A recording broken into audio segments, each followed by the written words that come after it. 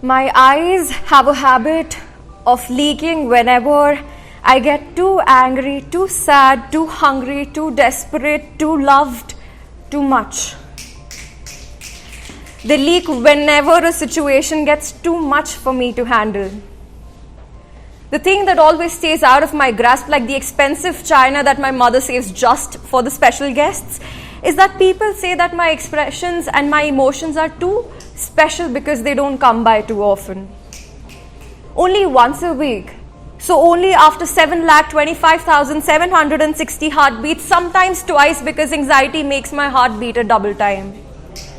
So I often miscalculate the 7,25,761st beat, and I find myself in a situation where I'm standing at the station with my heavy baggage of emotion, and the train of expression tumbles down the track before it even reaches me.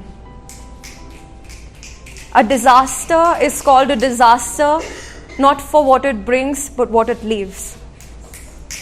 So I'm left with hatred, love, contempt, elation, and depression.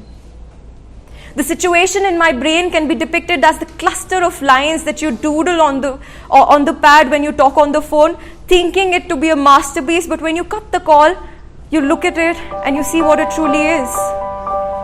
A mess. A beautiful mess. I'm not a fan of people who indulge in the business of romanticism, of things that aren't supposed to be romanticized, like pain. But then again, when I find myself expressing my agony in verses and using metaphors and analogies of tracks and trains, I conclude that hypocrisy runs through my veins. I guess that is the cherry on top of the toxicity that resides in my body. Just enough to kill me.